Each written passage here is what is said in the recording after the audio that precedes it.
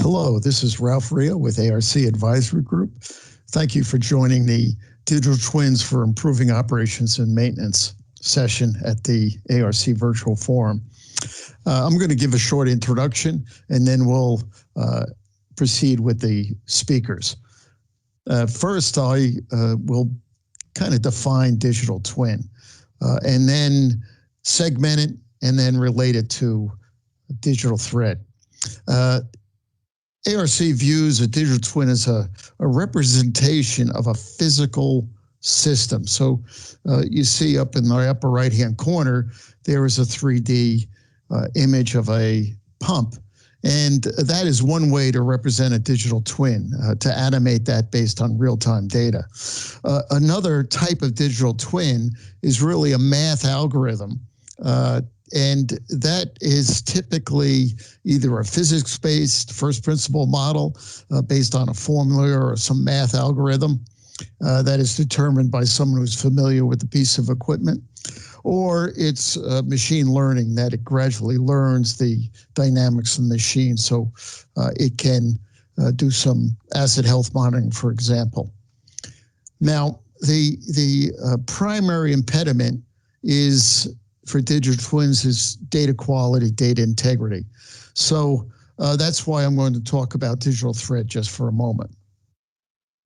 So I'm going to talk now, I'm going to segment digital twins, particularly in the asset management space. And we have major areas of business processes, one around design and build of a plant or an upgrade. We move over to continuous handover, where the new project is turned over to the operate and maintain people, to operations, where they maintain the assets. So within each one of these circles, there is a set of business processes that a digital twin can help out with. In the case of design and build, we see digital twins that typically a 4D model, meaning 3D plus time, and they are used to help out with the construction sequence, virtual commissioning, and operator training. And it involves the ad design and as built for upgrades. And in the operate maintain side of the world, we see that more real time. Currently, the most common type of digital twin is just the math algorithm, whether it be machine learning or a formula. And that is mostly for predictive maintenance currently, but we're starting to see those applications move into process optimization and energy management.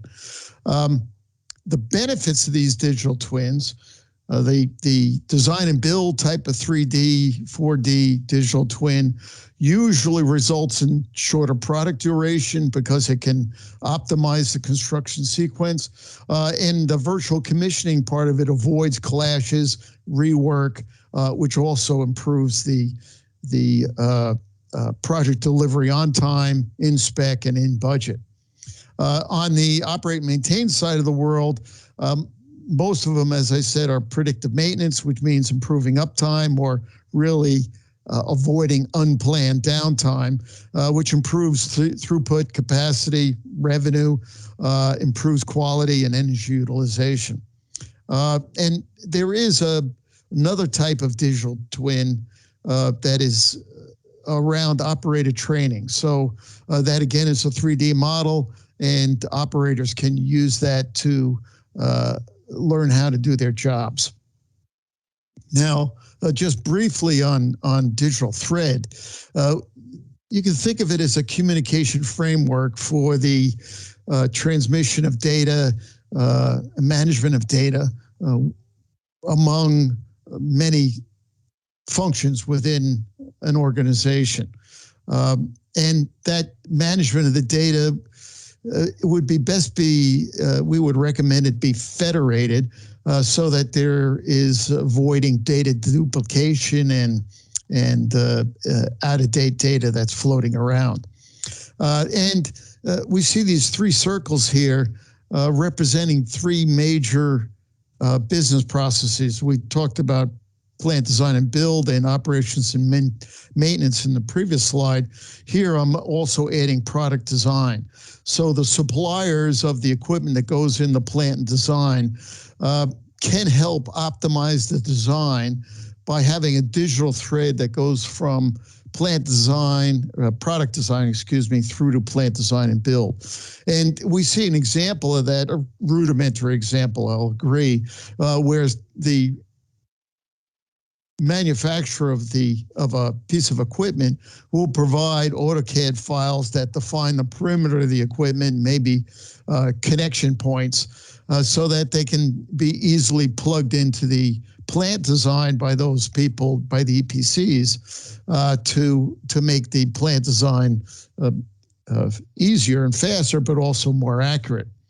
Over in the right side, the product design through to operations and maintenance, we're starting to see product as a service or servitization, where the product design organization, equipment supplier, actually does asset health monitoring in the plant, the user's plant, and provides alerts if things start to go bad. So we can see this digital thread and different types of digital twins in each one of these four circles. Now, the agenda, we're going to have three speakers. It'll be Emily, Joe, and Christopher. They will talk about their digital twins. Some are Emily is more around predictive maintenance. Joe is a digital twin that goes through handover. And Christopher will talk about the plant-wide 3D digital twin for information management, and also some examples of how a remote monitor or a remote individual can participate. Very interesting case stories. And then we'll have a Q&A panel discussion, and their technology providers, BrainCube, Hexagon, and Bentley Systems, will participate in the Q&A panel session. And now I'll turn it over to our first speaker. Thank you.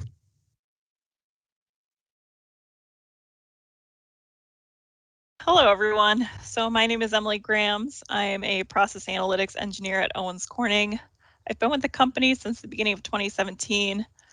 Started out as a line engineer and then a shift supervisor. Then I started into an R&D role with the goal of pairing analytics technologies with our manufacturing environment. And I'm here to share with you today a digital twin that we used in a few of our manufacturing plants, and an example of how we applied it. So Owens Corning is a global enterprise with sales of $7.2 billion in 2019. We have roughly 18,000 employees and a presence in 33 countries globally. We deliver a variety of insulation and roofing products for commercial and industrial purposes, as well as residential purposes. We also produce fiberglass composites that are used in everything from cars and bridges to wind energy and personal electronics. So for our digital twin case study, our initial rollout was in 2 of our residential roofing plants. Roofing alone was a $2.6 billion business in 2019. Our shingles are comprised of a glass fiber composite that's coated with an asphalt filler mixture and mineral granules. The plant in this particular rollout produces architectural shingles and a 3-tab residential shingle. Getting into the digital twin, we first investigated potential process twins when we saw a need for our plants and engineering teams to get fast access to large amounts of process and quality data for analysis. We selected a web-based process analytics and management app, which utilizes a structured database. The software we selected served 2 main functions for our operations, so a back-end database with structured process data, and then a front-end analytics package that gave us an ability to identify optimal performance from our historical data and then tracking capabilities to maintain that performance. So the first portion of the digital twin software that I want to touch on is the back-end data structuring process that we went through. So we feed relevant process data from multiple sources, for instance, data from our process historian, and we even feed quality data and COA data in some of our plants. And then what that process model does is it takes that data that we feed it, it lags it all to a common time step using calculated vessel residence times, and then that changes given our process inputs. So what we'll do is we'll feed it level changes, flows, vessel dimensions, and then the process model is constantly updating the lag between process equipment. So if we have a slow time or a downtime, the model will adjust to fit the changing process context. So this will allow us to correlate between process changes regardless of where our sensor measurements are being taken. So once the process data is structured in your database, you can actually begin establishing relationships between process variables and test the effects of input variables on output variables.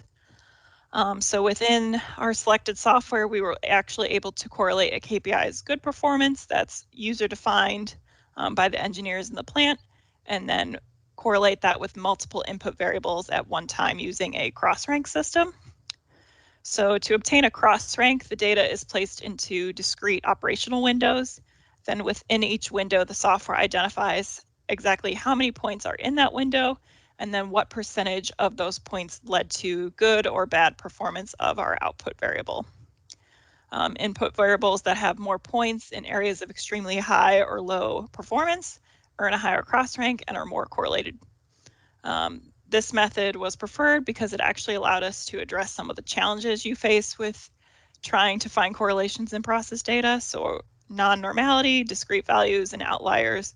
The analysis tool is actually able to handle all of those odd things that you'll find in process data.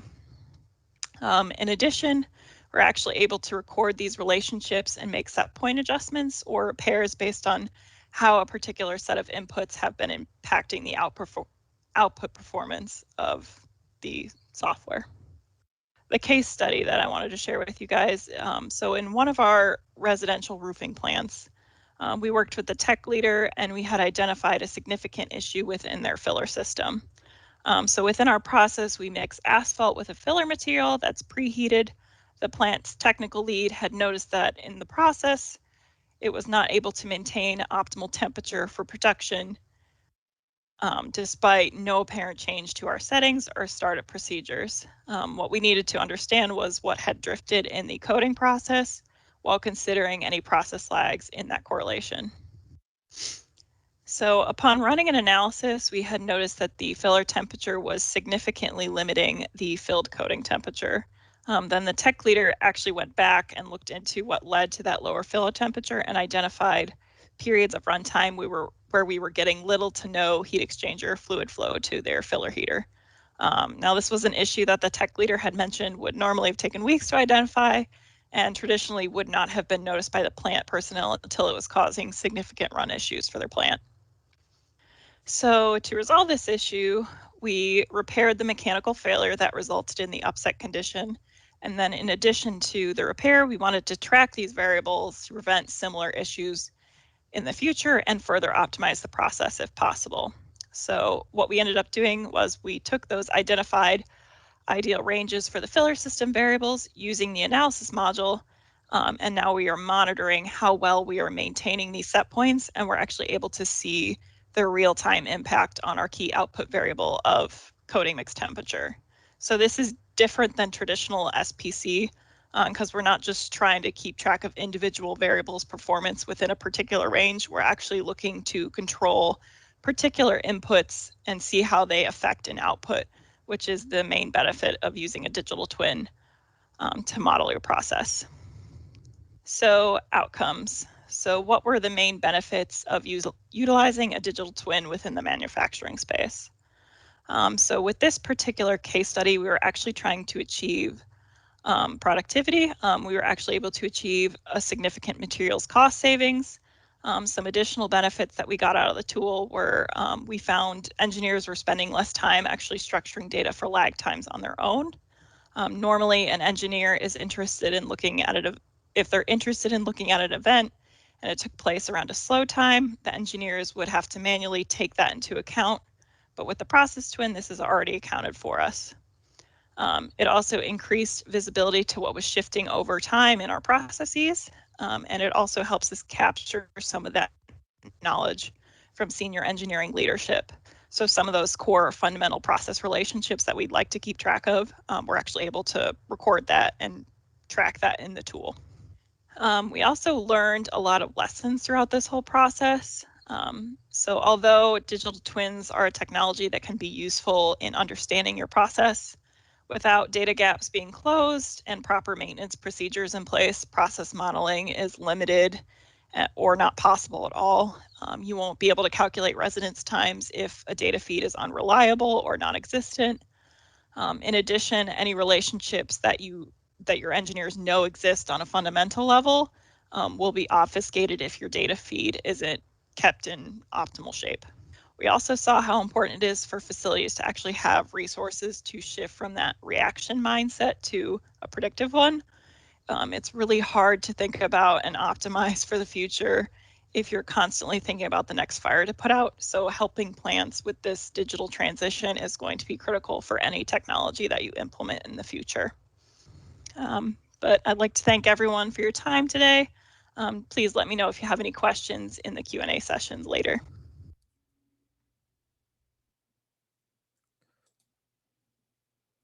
Well, Emily, thank you very much for that nice presentation. Next up is Joe Guidera, who will be talking about digital twins that go from the design and build side of the world over to the operate and maintain side. Thank you. Good afternoon. Today we're here to talk about a topic that's somewhat near and dear to my heart, which is building a twin to deliver a digital twin. My name is Joe Guidera.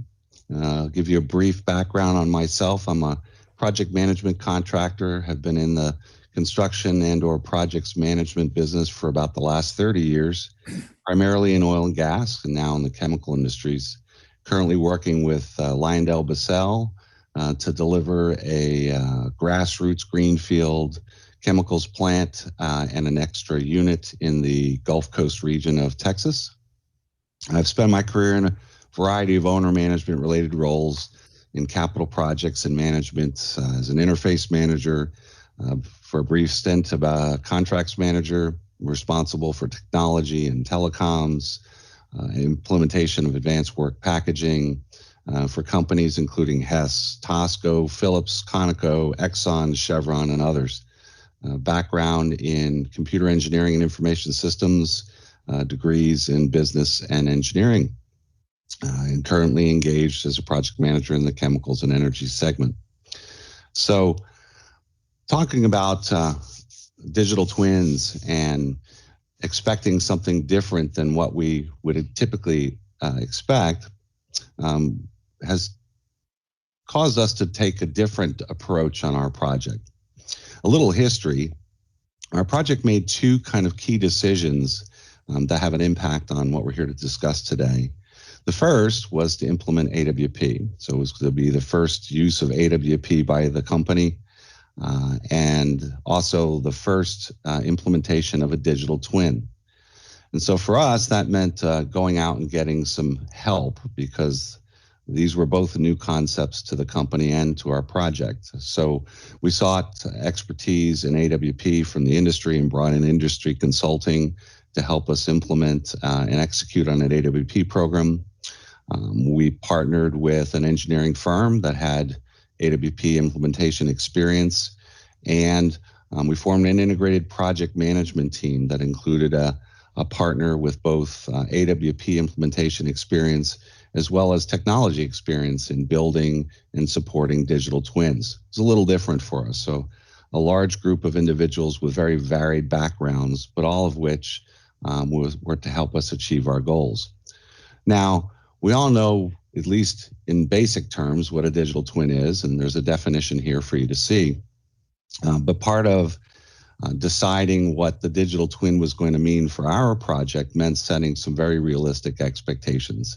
And so we early on decided that our digital twin that we would hand over to operations meant the ability to intelligently view and navigate the asset that we were going to build. So that meant documents, core data that was identified by operations and maintenance that were necessary for operating and maintaining the plant, a 3D model, intelligent PNIDs, and of course the ability to easily navigate and retrieve that data using a friendly front-end user interface of some kind. Pretty traditional, but very reasonable set of expectations, and also very achievable. And if you know the typical timeline around that, that usually means we start to build out proof of concepts and then start to execute on understanding the exact data needs that we would have. Generally in the detailed design and executing phase of a project, and we don't really start to build out our twin until we start to move away from bulk-based construction into systems-based turnover and completion as you start to bid as-built data. But about a year ago, a little more than a year ago, we sat down in a meeting with the owner, and the owner said, he says, you know, I always thought we are going to have all this really cool technology and I'd be able to push a button and I'd be able to see all these kinds of things. For example, he says, I thought I could push a button and see area XYZ in my plant. And we said, well, yes, that's exactly what you'll be able to do. That's what we're building. We're going to hand that over to you. He says, I don't think you understand. He says, I kind of had a thought that I would have that today. He says, because what you're looking to give me a year or two from now, I really kind of need today in order to help me better commission my plant. So that in this case, the owner and the operations and maintenance team are actually part of the project. They're responsible for the pre-commissioning and commissioning of the plant. And so what they were asking us to do was say, find a way to leverage all the tools and technology, the data that we had collected or were collecting, to find a way to improve not just the project's outcome, but to help them be more efficient in actually turning on this plant. And so we had to take a step back and say, well, we have the digital twin technology, because of course we were going to build that out. And we had a lot of data, right? And one thing we've learned in implementing AWP is obviously it requires a lot of data, mostly focused on construction though, not so much focused on commissioning. And so a big part of this was understanding how do we bridge the gap between the data and the model and the drawings and everything we had that was focused on construction and what was going to be needed to support commissioning our plant. So when we talk about this, he challenged us. We kind of said, well, okay, well, why? Why are we trying to do this? He says, well, he says, you all are doing AWP. And we said, yeah. And he says, and of course, you know, AWP has fundamentally as a goal to improve construction, right? He said, we want to improve time on tools. We get more efficient construction. He says, and you'll shave off days in construction. I said, exactly. He says, well, think of it this way. If we have 1,000 guys working out on the site and you shave off a day of construction, he says, maybe you saved our project $100,000. He says, but if you can make my process more efficient and you shave off a day of my commissioning time, he says, you'll save me $1 million. So what we learned is, you know, $1 of construction is worth a lot more in commissioning. And if we can in turn have better integration between commissioning and construction, I might spend a little bit more on construction, but I'll more than save what I've spent in construction in commissioning. And so who was involved in this effort, right? We had an integrated team that included operations and maintenance, the people who will actually own and operate this plant once it's done. We brought in outside help with expertise in pre-commissioning and commissioning plants. And we started down that journey of bridging that gap between what we had that was in support of construction and what the operations and maintenance team, the commissioning team, really needed to ensure that they could more efficiently turn this plant on in 2022. We started to work hand in hand with those folks, not the usual, okay, you've given us a set of requirements and we'll come back a year from now and deliver, but working day to day to try to understand the problems they were actually seeing or the problems they were trying to solve. And then in turn, learning to leverage what we had in terms of technology and data so that we can solve those problems. And what we started to realize is what they were really asking for was a digital twin. Just a digital twin based on construction and commissioning versus what was necessary to hand over to operations in another 2 years. They need much, much more data in commissioning than they need in operations. If a typical plant may have 100 or 200,000 tags, in operations, they may only care about a fraction of those. But in order to commission the plant, they needed to track it all. and they needed to leverage all of the data, not just the data in construction, but the data they were going to need in operations, put it all together. And just like an operational digital twin, they needed to be able to navigate intelligently between the data, the model, the drawings, the intelligent P&IDs, as well as supplemental data that they themselves would bring to the table. By working with them hand in hand, they started to see how I'll use the term, make the sausage. And they realized, wait a minute, can we do some of that? And so we started to teach them how we do some of what we do in building a digital twin, and they started to run with it.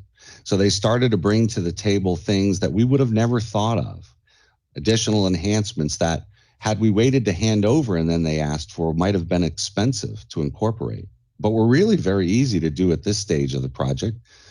Adding another column of data to something that you haven't yet published is pretty straightforward.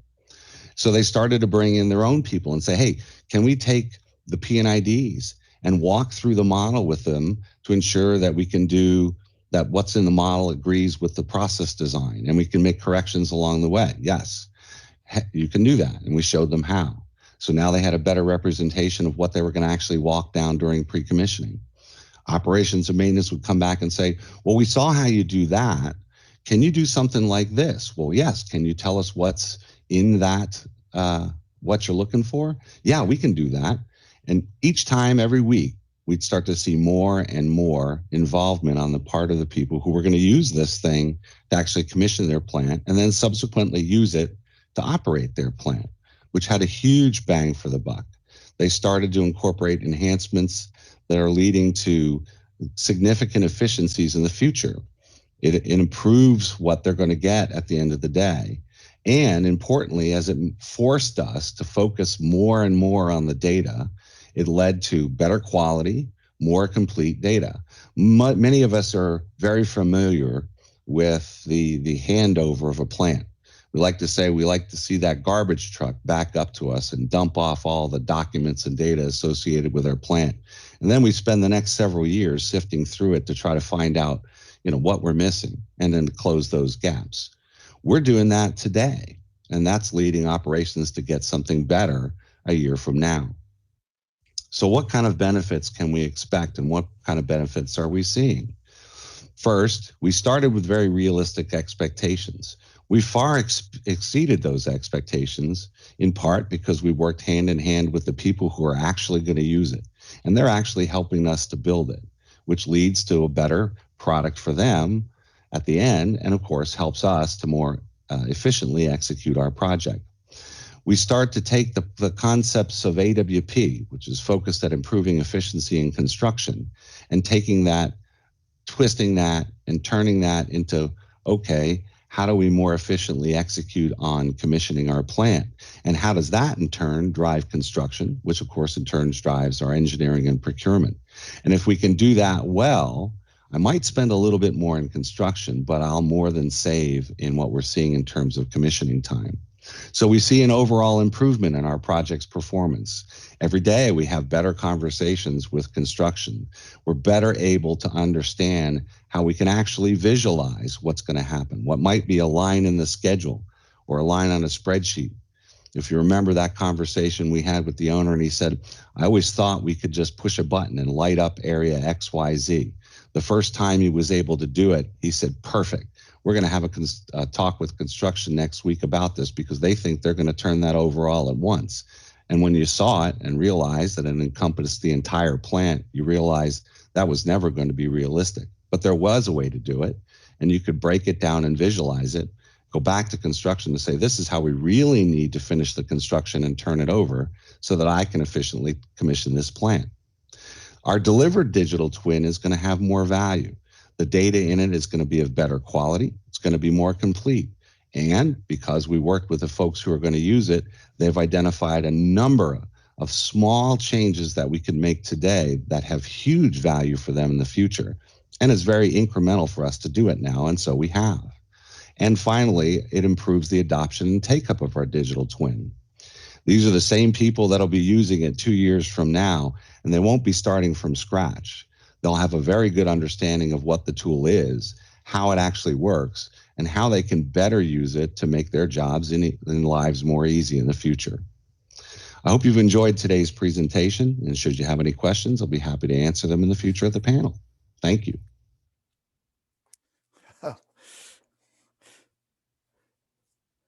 Joe, thank you for that presentation. Next, we'll go to Chris Clark, who will talk about a 3D model and also give us a really cool demo of a virtual reality, augmented reality, excuse me.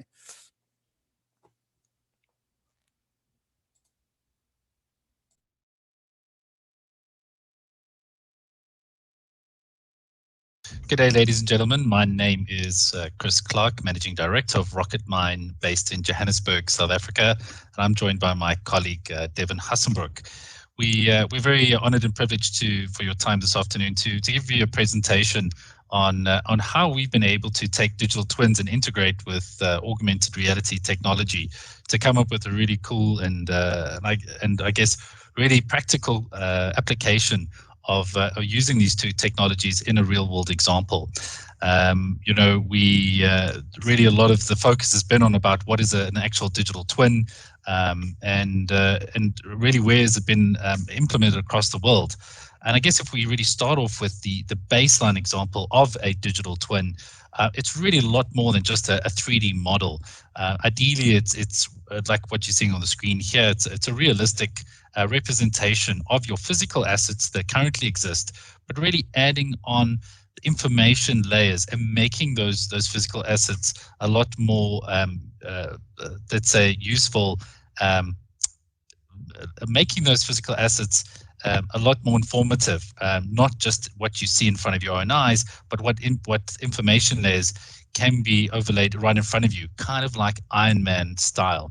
So, we if you look at again the baseline of what really a digital twin is, it's about in the middle looking there, saying taking an asset, building the 3D model, but pulling in information that already exists in the engineering, operational, and information age. So even your basics, what is about looking at the PDFs that you already have existing from engineering drawings, from any kind of analysis, and combining that static information with what we refer to as that operational or dynamic information, such as IoT sensors, any kind of live feeds that are pulling through. And then giving them a tag, tagging them to each and every individual asset. And a digital twin can be as big as a big plant, as well as go down to a very small asset such as a pump. And how you make that useful can be then exported into many different types of other platforms. And today we're going to be showing you our augmented reality application, as you will, of how we will take some of the static and live information, overlay it on top of our 3D model of a live working plant, and how it can be applied in real time for a person who's wearing today, and what we'll be showing you is a Microsoft HoloLens device in an augmented reality space. Again, a lot of people, when they kind of think of digital twins, and this is kind of our disclaimer, a lot of people and rightly believe that digital twins is really about kind of this level 5 of building predictive and analytical scenarios and planning for digital twins. But to be honest, and we'll be the first to tell you in our experience, is that really customers and projects are really only at the beginning levels at the moment, where it's really about capturing, tagging the information, and then slowly linking the data. There are some very exciting projects out there and different products, but very few people have been able to really kind of pull this all together to get to the true level 5 scenario.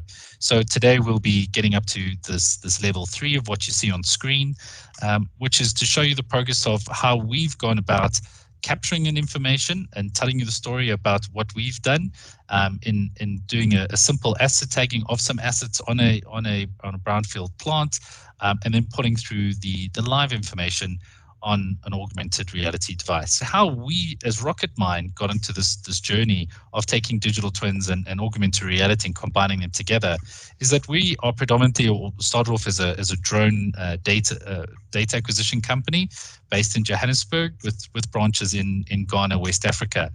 And we had one of our gold mining customers in West Africa give us a call and say, look, I'm really, really struggling to be able to get my expats onto site. You know, the local governments won't give expat visas, but we need to get our engineers in Canada and UK to be able to get access to the sites in this case, Ivory Coast. And that really kind of sort of piqued our interest. Already we had guys on site flying drones, creating 3D models and orthomosaics, but now we needed to be able to extend that reach to allow this live information and for engineers in the UK and Canada to be able to assist those on site when you're to allow for that kind of help. And this is really the concept that we came up with, and we started going on a work of building a proof of concept around digital twins and augmented reality. So what we then did is we went ahead and using a software platform called Bentley PlantSight, is that we used our experience in the drone industry to create this 3D model and essentially build this digital twin on the Bentley platform as well.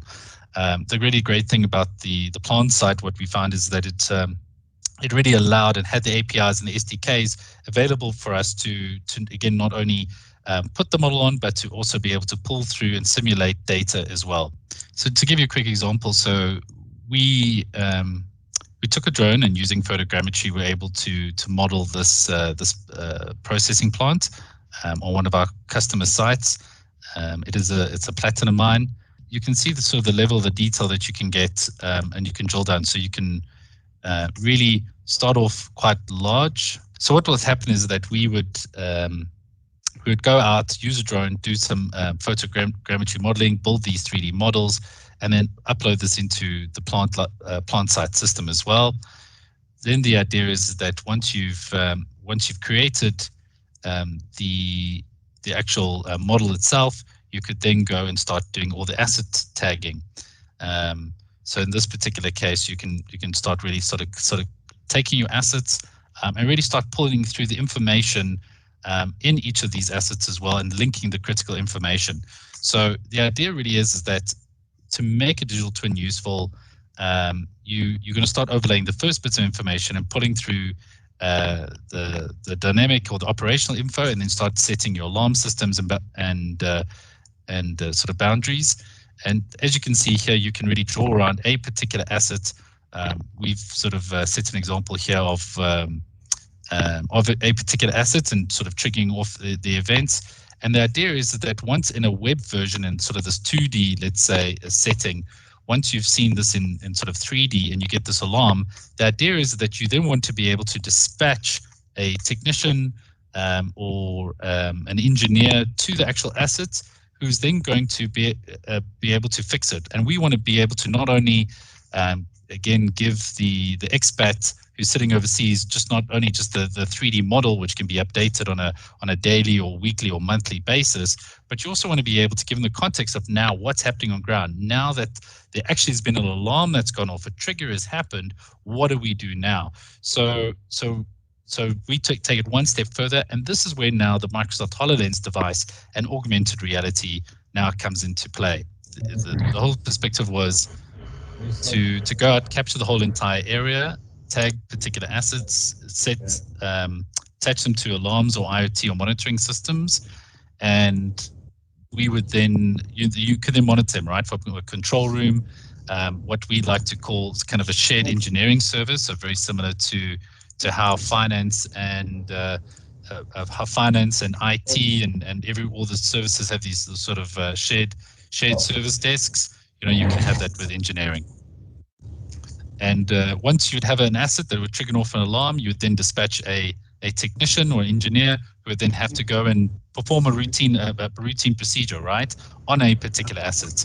And this is now how we now integrate the artificial reality. Yeah. So basically, this is what you're seeing now is exactly what I'm seeing through the HoloLens. So I do have the device on, and I've got this little drone in front of me here. So what we did in lockdown period was that we modeled this drone. So what it means is that, or the theory or the thinking behind it is that whenever you have a task on site that there aren't sort of engineers or anyone that's trained to do the maintenance or upkeep of a certain piece of equipment on site, you can build these sort of animations on how to get this project done. So what we've done is it's just a little how-to video on this drone, how to put it together. It's a few simple steps, but obviously this can be extrapolated to any engineering piece of equipment. So I'm going to go ahead and get started. Yep. Sorry, do you just take a step back? Sorry, so we can just see everything. And just the drone. So yeah, because perfect. Okay. All right, so you can see here in front of me, I've got all the tasks to set this drone up. And what I need to do is just click on the start button over here. So I'm going to go ahead and do that. And all I'm going to do now is just follow the animations that we're seeing on screen here. So the first one, it's asking me to put the memory card in the drone. So go ahead and do that. And when I finish the task, I can just go ahead and click next. And it'll just take me through the steps here. Another interesting thing is that the drone is, or the digital twin here is pulling through the live battery log of this battery that's in the drone, and you can see it's sitting at 3%. So I can just go ahead and I'm going to that one out.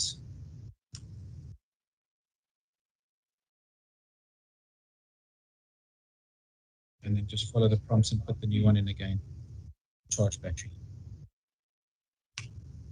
So I'm going to go next. You can see now the battery is sitting at 98%. So it's good. Next thing is to turn the drone upside down. Just need to remove the protective cover.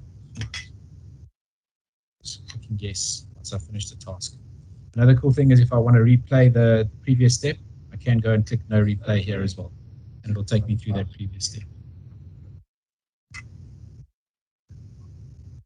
Just open up the drone arms over here.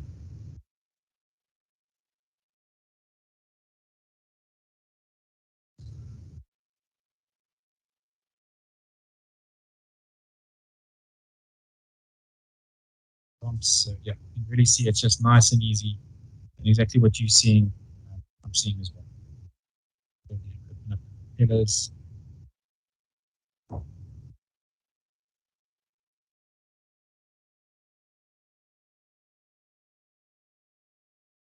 Yeah, it's asking me to turn the remote controller on. Done that. Click next. Drone upside down. Check the battery level. Yeah. Turn it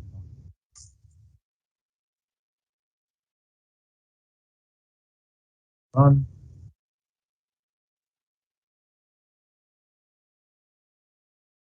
Okay. The drone back down again. And that's it. Drone setup complete. Go ahead and go fly.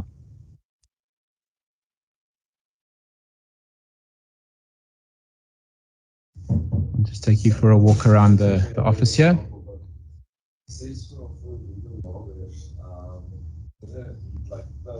Okay, I'll just drop you there. Great. Perfect. Devin, let's perform as an example, we're gonna sort of, we're in COVID, so we're all kind of like locked in our buildings. We can't be at the plant right now, but we're gonna, I guess, perform a complex task, right? You kind of followed that procedure using augmented reality. You didn't come right. How can I assist you today? I really want to turn the aircon off. If you can help me with that, please. And the dial is here right in front of me. Sure. Just so we're clarifying, we're going to be looking at this. I mean, these two over here. I'm just going to just want you to go just to have a look a little close at this for me, if you don't mind. Just going a little closer. Yeah. You see the red circle there? Yeah. If you just go a little bit lower for me, I can just have a look. Thank you. Yeah. And I'm just going to put a little arrow here on this button there. Okay. You can press it, and that's That's on and off. Yes. Perfect. I'm going Great. to clear that. This is purely about taking something really, really large, doing the 3D model, but making a digital twin practical today. Because while digital twins are really expected in the near future to be able to offer this level 5 of predictive analysis and sort of self-correcting sort of formulas in the world, we really wanted to say, well, how do we take where the world is practically at a level 3 in a digital twin, but and make it useful on site today, not only for remote engineering services or remote assistance, but also even in a COVID world, when necessarily not everyone can get onto site, you can't have too many people on site, and we can collaborate. So, Devin, I don't know if you want to just quickly maybe just show off, maybe just going through the XR10 device. So this is the Trimble XR10, which is essentially a hard hat, a Trimble hard hat, and a Microsoft HoloLens 2 device built into it. This is obviously the augmented reality goggles, or that sits at the front, and at the back you've obviously got the PC or the computer and the battery that sits over here. There's also this device at the back here called a Mobilis, which is essentially these little vibrating pads which sit just behind your eardrum on the sort of the solid part of your I don't know what the right word is, the cranium of your head, I guess, and it vibrates through that, and that's where the audio comes through. So what happens is, as the vibrations come through, you can hear still with hearing protection on as well. So if you have any hearing protection on, you can still hear everything loud and clear. Yeah, you can obviously also lift up the goggles if you want to have a normal view, and you can obviously wear this in any site. It is obviously a hard hat. So there you go. Great. Appreciate it. Thank you, guys. No, thank you. We really appreciate it. Ralph, thanks again for the opportunity. All right. Thank you, guys. Thank you. Thanks, everybody. Thank you. Cheers, guys. See you, Ralph. Bye-bye. Bye-bye.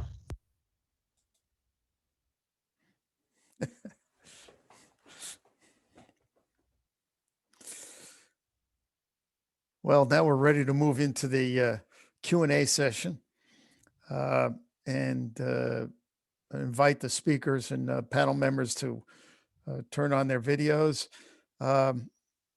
Chris Clark isn't able to turn on his video. Evidently in South Africa, he's having a power outage, and we can get his video, get his voice, I think. Maybe not. I see he's not going from unmute, but he's in the middle of a power outage. Maybe we can get his audio later on. So thank you for those great presentations. You'll notice that there are a few more people than just the speakers here. So to start this off and kind of introduce the technology providers, I'm going to ask each one of them a question. The first one is to John of Coppola Braintree. And I just, that BrainCube, excuse me. BrainCube appears to be more of a general purpose tool. I'm assuming it's used a little bit beyond just glass manufacturing. Could you talk for a moment about what other industries you play in? Yeah, sure. So BrainCube isn't segmented to a vertical within industry, as Ralph alluded to. We focus today in a number of different verticals, not limited to building material, food and bev, chemical, pharma, glass, oil and gas, paper and pulp, CPG, auto, et cetera. Oh, excellent. Thank you. Thank you. And a similar question over to Mike with Hexagon. Beyond Joe's example in the oil and gas design and build, are there other industries that Hexagon is used in?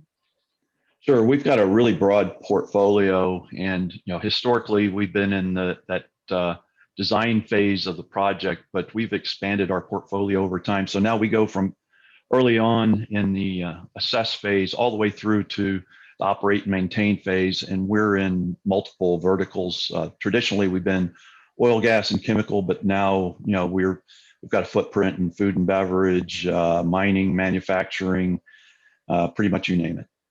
Nice. All right. And Anne Marie Walters with Bentley Systems. Chris did a nice demo there of your software in an oil refinery, I believe. No, mining company. Mining. Yes, sorry. what other industries I'm sure you do more than just mining? We certainly do. So Bentley basically supports what we call the infrastructure, the built world. So, and we're focused on ensuring digital twins are used across all of infrastructure. So in the industrial sector, we're talking oil and gas, chemicals, process manufacturing, discrete manufacturing and mining. In utilities, water and power generation and transmission and distribution, transportation, roads, bridges, highways, that kind of thing, and digital cities as well, and the cities environment. And we're very happy to be involved next week in ARC's Digital Cities forum as well. Yeah, I know you're very big in infrastructure. Yes, excellent, excellent. So this first question I think is that came in is to Emily. So it's about who monitors what's going on in the brain cube and reacts to set point deviations or process upstates and stuff like that. How does that part of it work? So good question. I think the main goal would be to have a feedback loop between operations and the technical team on site. So the operations team would monitor the data and the output variables performance and BrainCube actually does have a ranking system. What's the most important thing to look at in the process? What's underperforming currently? So ideally it would be the operations team would see what's not running well in the process. They look into the set point variations, see if there's anything that they can do on their end to get the process back into alignment. If there's an additional variable that seems to be unaccounted for and they need additional assistance, they can bring that up in a huddle to the technical engineering team. We're also looking into incorporating some sort of digital engineering team on site with the plant team themselves.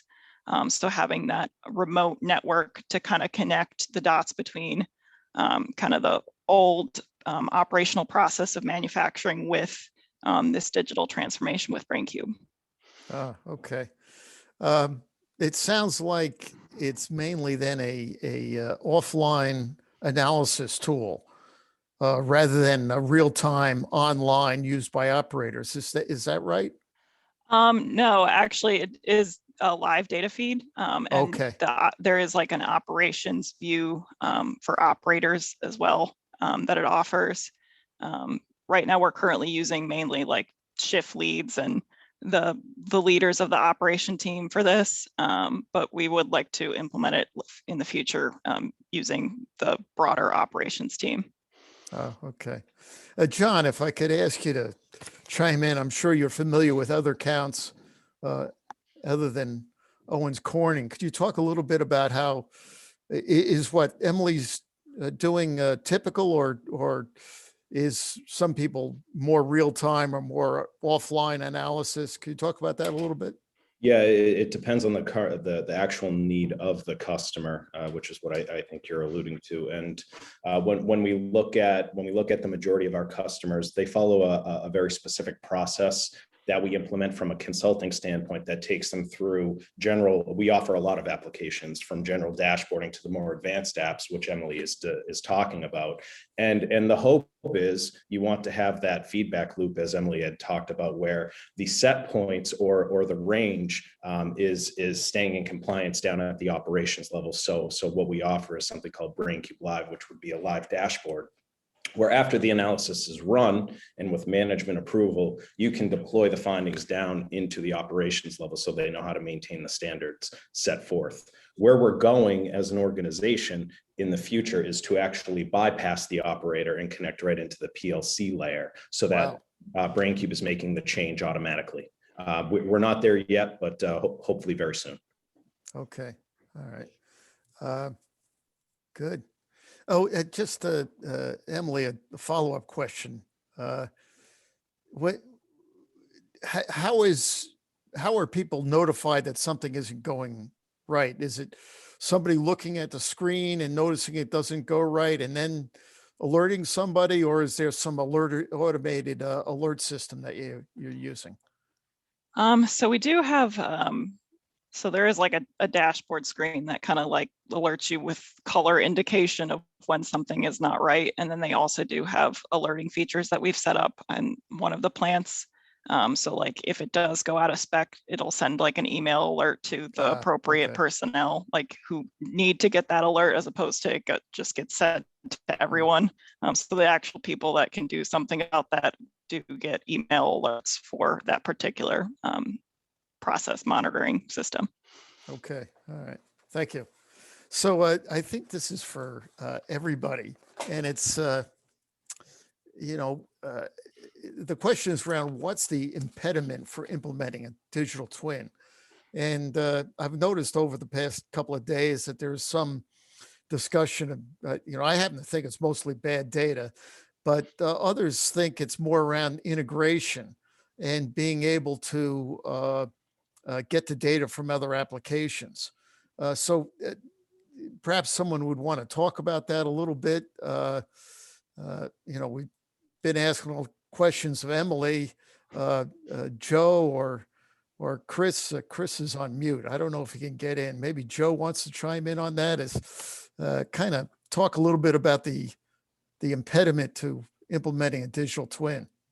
I think from an implementation side, I think you're really right on in both cases. Obviously, one is having the data that you need with the quality and completeness that's necessary to really do it effectively. And then oftentimes, when you think about what we're doing in the completion space, is not even really part of the primary project, right? That's usually its own little project that's kind of coincides with the main project. So there's a degree of integration there that is often lacking. So improving either or both of those things allows us to better do this. So, we've consistently said over the last two years or more, it's all about the data, and I don't think that's changed. Any of the technology providers want to chime in on? Go ahead, Anne-Marie.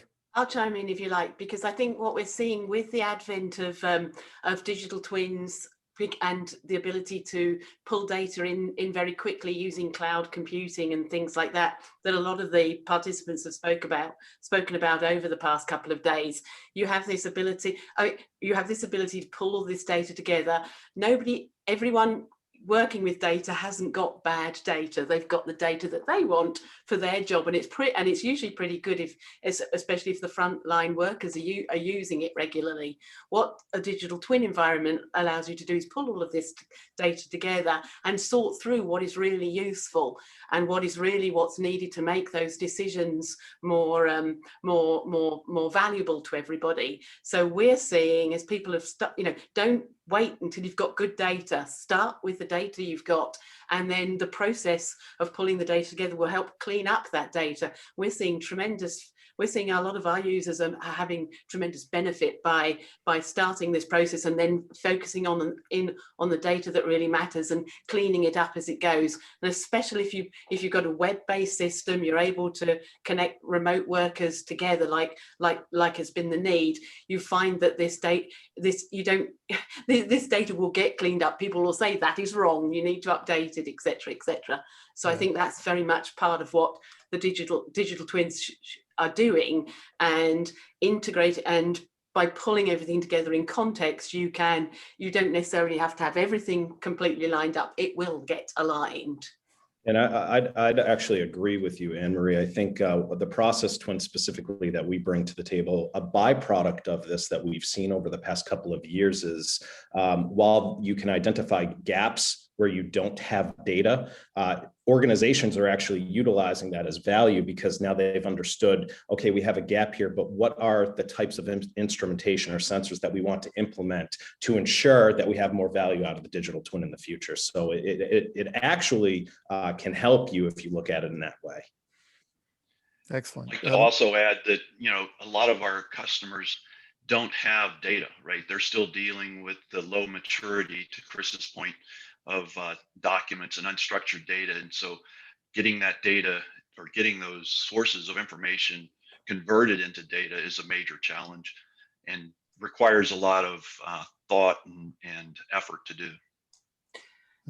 I would add, though, that there's a lot of, that's where artificial intelligence and machine learning is really coming into play, being able to take a whole pile of unstructured data and add some structure to get to it, as it, for example, reading PNID, unintelligent PNIDs, recognizing the tags, but also the symbology, and being able to create that data model. So that's where we're seeing a lot of those tools being used now to create structure from unstructured data. Yeah, I To agree. kind of summarize the data quality issue, it shouldn't be an impediment to getting started. It should not be an impediment to get started. But you may want to add some time in your project to recognize that you're going to have to deal with some data quality issues and fix them. So there may be add some project implementation time to your schedule. That kind of approach. Yeah, this one is Chris, for Chris. And he's off mute, so I'm assuming he's got audio for a moment. Are you there, Chris? Yeah, Rob, can you hear me? Yes, I can. Good. Great. So Sorry, it's the realisms of living in Africa. So we got real world problems to solve, and with the well, the question is around how real time is the data generated being modeled? Is it live? Considering the constant changing of information that the drone is generating, how does that impact the model? You mentioned you're using photogrammetry. How often, I guess the question would be, how often is the model updated with the acquiring new photogrammetry? Yeah, it's a very interesting question, Rolf, and I think it's also just important to probably also try and draw the line between what is, let's say, building information management. So let's say a greenfield site under construction, and you need to be monitoring and comparing sort of planned versus actuals, right? Of a model of a site versus the sort of the CAD drawings. And when you specifically looking at brownfield sites or completed sort of plants and installations and implementing a digital twin. Now we've done both and done both sides, and we've sort of followed this customer journey where they've wanted to use BIM or building information management and then convert over to the digital twin process. So you kind of use a lot of the data that you generated while the site was under construction in implementing going forward. But speaking around the photogrammetry, and I also see there's a couple of questions around sort of LiDAR and laser scanning. And it's really about a horses for courses approach, because you're right, what do you really want to measure? If you want to get down to the nuts and the bolts, and if you want to start putting information layers on really small assets, then yes, we're going to get down to sort of laser scanning the entire plants and even combining that with the photogrammetry models. But if you've got sites which are constantly changing and you need a fast turnaround on the models of the data, then generally photogrammetry does offer quite a nice, let's say, advantage with that as well. So we've seen both. But the nice thing is we're using drones and drone technologies that you can capture large areas relatively very quickly and produce those sort of level 1, level 2 data sets within sort of a week. Excellent. And yeah, okay. The next question is about the user interface. And at least the person who entered the question has a perception that they're not very flexible, so maybe some of the users could talk about that a little bit, about configuring the user interface to fit the needs of the operators on the plant floor, perhaps. Emily, would you, I'll put you first up, put you on the hot seat. Yeah, so we did have a lot of challenges with that, just because with some of our traditional, when you implement a data historian, people get used to looking at that data historian, people get used to looking and consuming data in a particular format. Getting them to transition and understand that new user interface can present some challenges. So a lot of times we'll like take feedback, and the nice thing is that if we have feedback about how the user interface can be improved, we do usually submit improvements since it is a subscription service. And sometimes we can get those things corrected to fit our individual needs. Other times it could just be trying to organize the data based off of the functional locations that already exist in the plant. So making sure that we're organizing our data correctly up front. So it's easier for them to actually see, oh, I understand that group location. I know what the coder is, and I can actually see that group of variables more easily.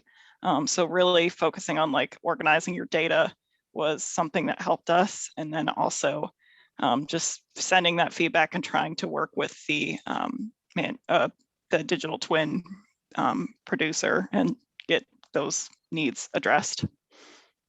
Thank you, Joe. You're serving two very diverse populations. I think one around design and build, and another one around operate and maintain. Now, I know your digital twin isn't quite yet into operate and maintain yet, but could you comment about the flexibility of the user interface to be able to serve both audiences? Both of them want to be able to visualize. They're just interested in visualizing something different. Operations obviously is more about having certain pieces of data at their fingertips. And so the user interface really reflects that concept, the concept of being able to go after based on something I know or something I see, and then from there to navigate to the other pieces of data that I either need or to the operation that I need to take. So that interface really helps with that aspect. When you're looking at it from a design and build perspective, they're looking more around, well, what's this particular piece of scope that I need to build, or that I need to package, or that I need to complete, or I need to test. So one's kind of almost looking at it at a very microscopic view of, here's what I'm going to do over the next week. And another one might be looking at everything. Okay, if you put that all together and organize that by the way that I'm going to inspect it, or I'm going to lock it and tag it out, or I'm going to walk it down, or something else. They're looking at the same thing. They're just looking at it very differently. So if I could just follow up a little bit, AWP, there may be some people in the audience who are not familiar with the terms or practices in the design and build. Could you just give a sentence or two definition of AWP? You talked about a lot in your presentation. Sure.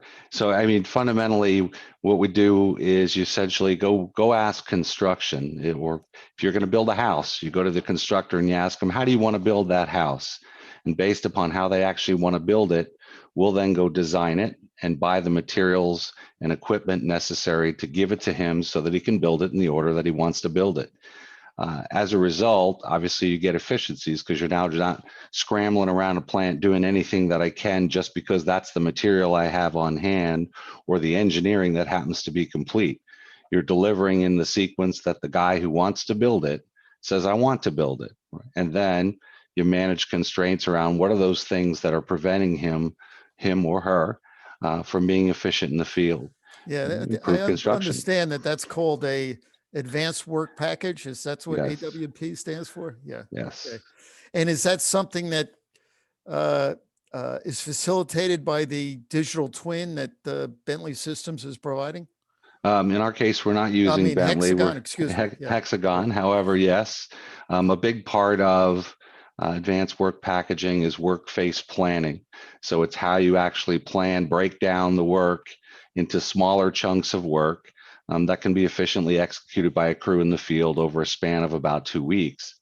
And using the model to visually create the work or the work packages allows the constructor, the area foreman, the general foreman, and the like, and the craft to look at it and say, okay, this is how I want to go execute it. Planners, I want you to go grab that and put that in a package. So today we can do in planning in a span of minutes or hours what might have taken days or even weeks to do, not so long ago using the software. Thank you, Joe. Thank you. You're welcome. There's a question here around standards for digital twins. I understand that, I forget the name of the group off the top of my head, but there is a group that just started a couple of months ago, starting with standards, trying to, so digital twins can communicate with each other. But I was wondering if anyone would like to comment about standards that they're involved with for digital twins. I see Anne-Marie went off mute. Go ahead.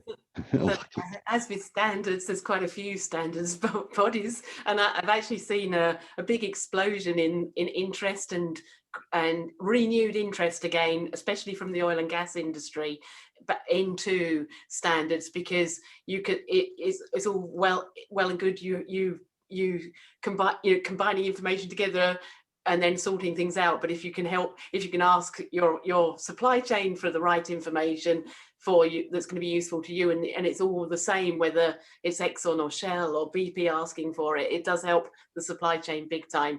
So but there's a couple of standards organizations that we're involved in. We're involved with Microsoft and a much broader thing called the Digital Twin Consortium, and that's all about trying to combine different types of really different types of use cases across the whole gamut, from financial digital twins, operations digital twins, supply chain digital twins, to be able to combine those together at a platform kind of level. That's the Digital Twin Consortium. And then in the oil and gas industry, there's groups. There's a group that's focused on handover, CFOS, which is part of the International Oil and Gas Producers Organization now. They are starting to, they're very much looking at the digital twins environment for particularly handover, basically. And then you've also got the operations and maintenance area. There's it's a consortium with the Mimosa organization, IPA, the Institute of Electrical Standards, whatever that is in the USA, and they have an initiative for open interoperability ecosystem, basically, and they're pushing along an ISO standard for data exchange at a digital twin level, which is ISO 18101. So, when you start quoting numbers, my eyes start to glaze over. The good news is there's a lot of people looking at this. All the vendors that are on, certainly Hexagon, Aviva, ourselves, Autodesk, we're all involved in these standards, in these initiatives to make it easier for each of us to talk to each other and share data, basically. All right. Yeah, I think Anne-Marie would agree that one of the keys here is that the vendors need to be flexible enough to apply those standards with their tools so that the customers can use whichever standards they want to use. Excellent. It's all about the data, as we've said before, and it should not be about the systems that you use. Yeah, and then really it's flexible. It's really going to come down to flexibility around the APIs, as they term it, right? That allow us to allow these systems to talk using a standard framework like CFOS or one of the others. And most of the vendors are really starting to push hard into that area to do just that. So the next question is around a digital twin for a specific piece of equipment, similar to what Emily did with BrainCube. And the question is around what steps do you take to make and use a digital twin around a specific piece of equipment? I'm imagining part of it is determining the model, and part of it is the data acquisition. Could you, and maybe Emily, if I could ask you, is how did you get started, and maybe talk a little bit about the steps in terms of creating the digital twin for a particular piece of equipment? Yeah, so it really kind of starts with the basics, really defining the inputs and outputs of your process, learning the different sensors that you have on that piece of equipment to track flows, levels, things like that, really understanding what the capabilities that you have already from a fundamental level, and then implementing that so that you know that your data that you're feeding it is correct, making sure that you have all the relevant pieces of information to properly model that system. And then once you've kind of established that baseline of I can properly model this system, I have all the relevant data that I need, you can go in and use that data and establish relationships and track the performance and optimize your process.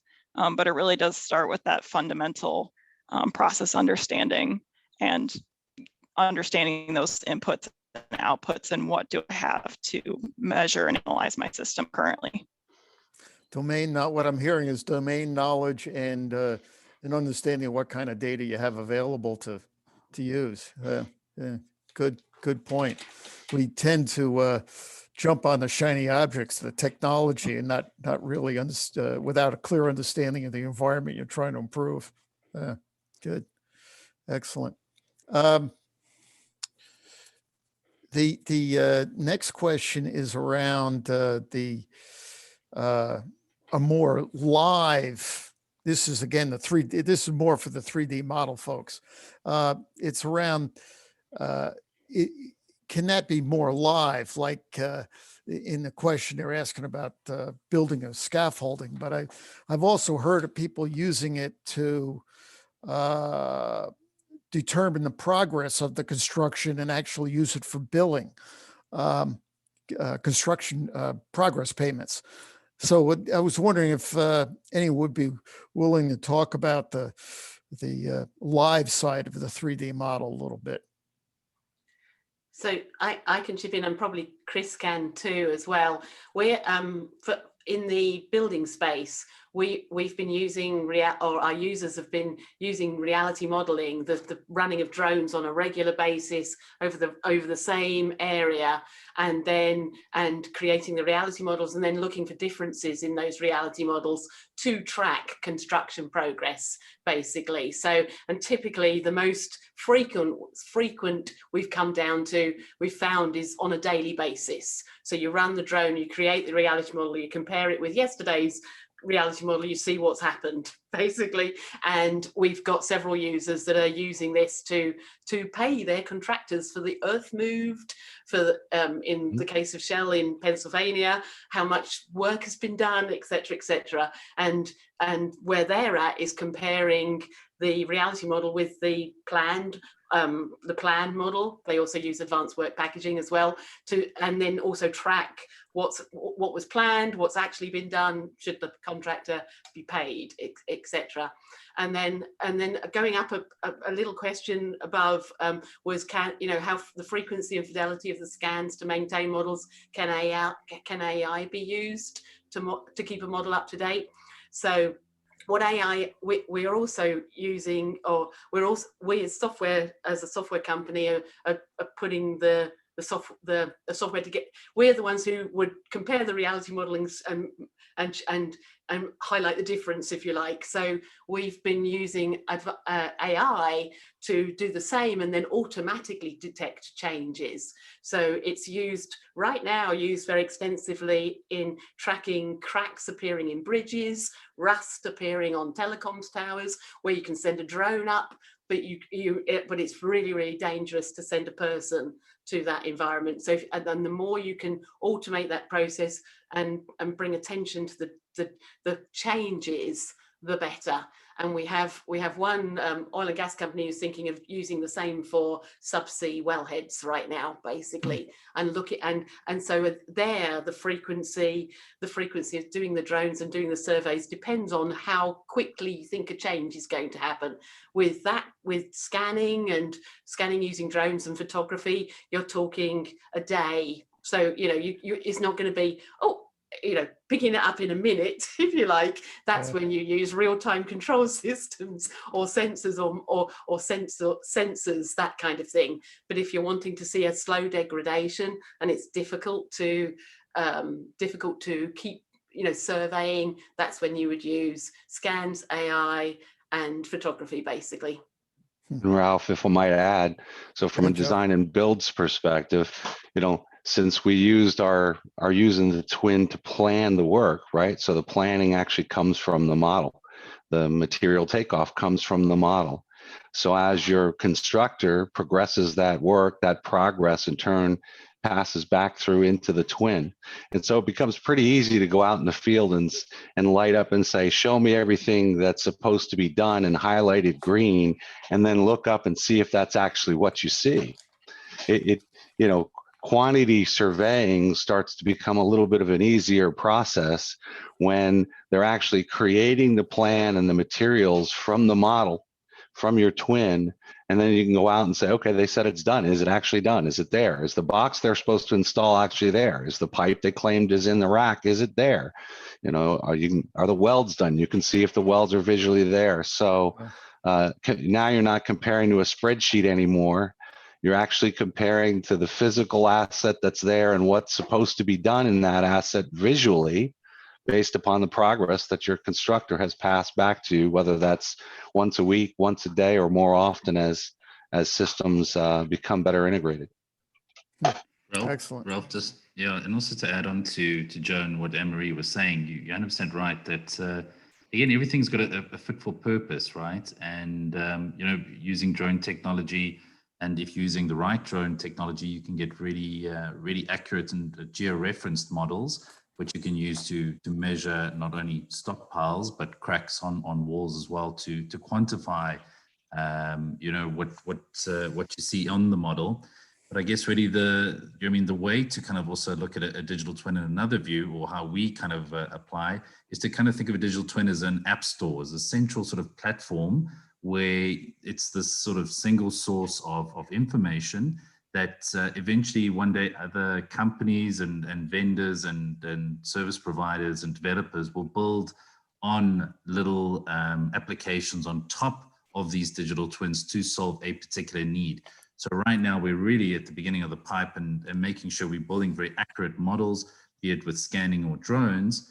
But it's really about creating the space, and like we say, those APIs and making it easy. And we were talking about standards earlier as well, making it easy for people to build these small time applications on top of their digital twin to make them relevant today. Excellent, thank you. You know, while you're on the phone, Chris, and I'll be asking Joe this same question.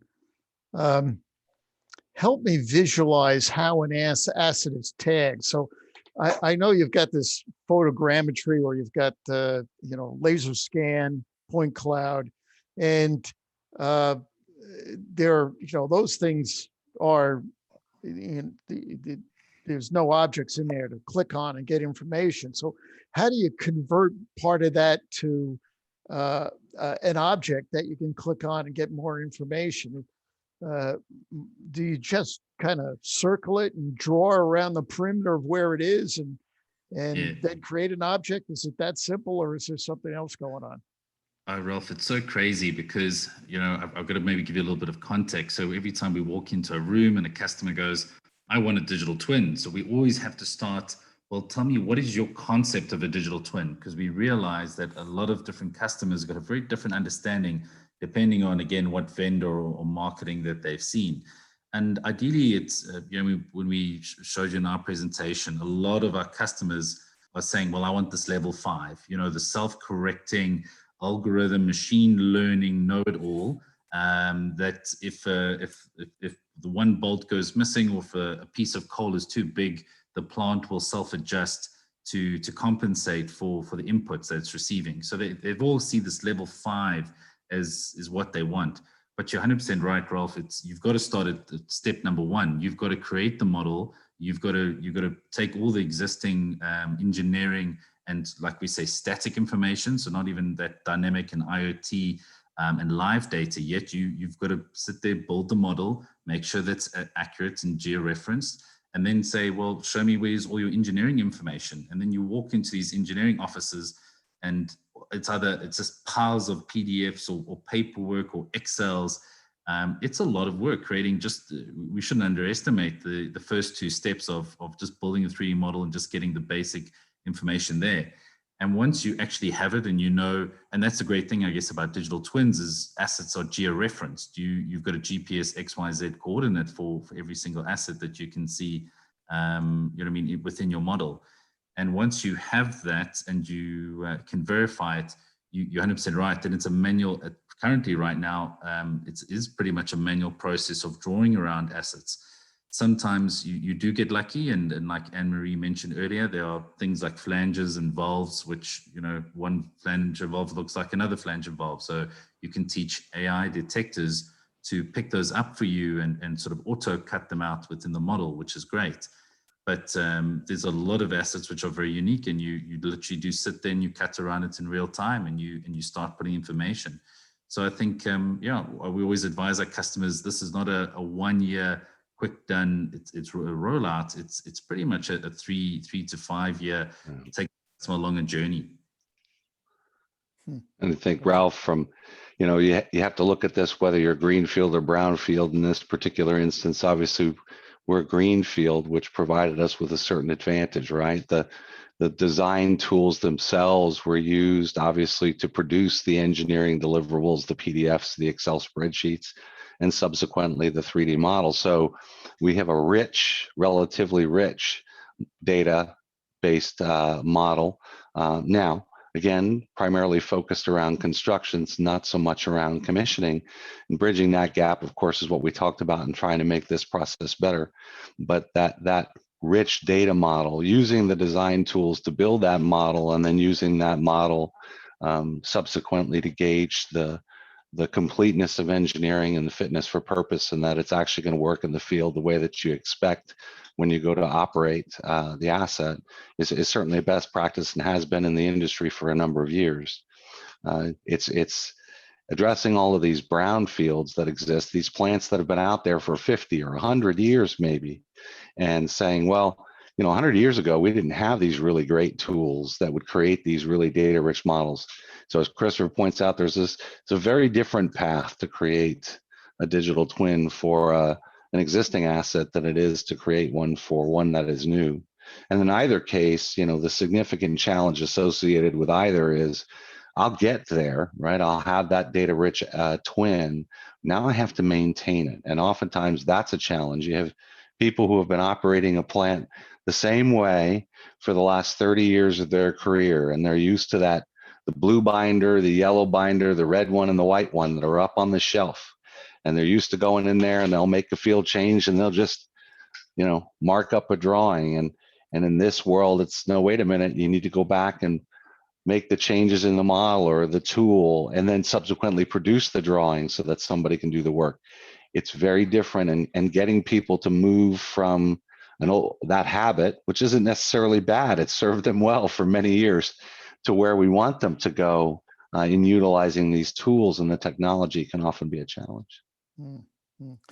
Chris, you reminded me of a mistake I've often made in my career, where I assume I understand the solution that the customer wants, or whoever I'm working with, my customer, whether it be internal or external, wants, without really having a long conversation to really get a clear understanding of what they mean by, in this case, a digital twin. I think that's pretty fundamental, and something that needs to be thought through very carefully. What do you mean by a digital twin, and what problem you're trying to solve? What's the business problem, and ground what you're doing around that business problem, rather than the technology that's at hand. Thank you. Well, we're just got about a minute left, so I think I'm going to wrap this up. Thank you. First of all, let me thank the speakers. Great presentations, great Q&A, a lot of good insights there, and also the help that the technology providers provided to kind of add a lot more color to those kinds of answers and the questions that came up. Thank you very much. For all those still on board, there's still quite a few of you. Thank you for sticking with us for an hour and a half, and very much appreciate your participation. Good questions that were entered. Thank you very much for listening.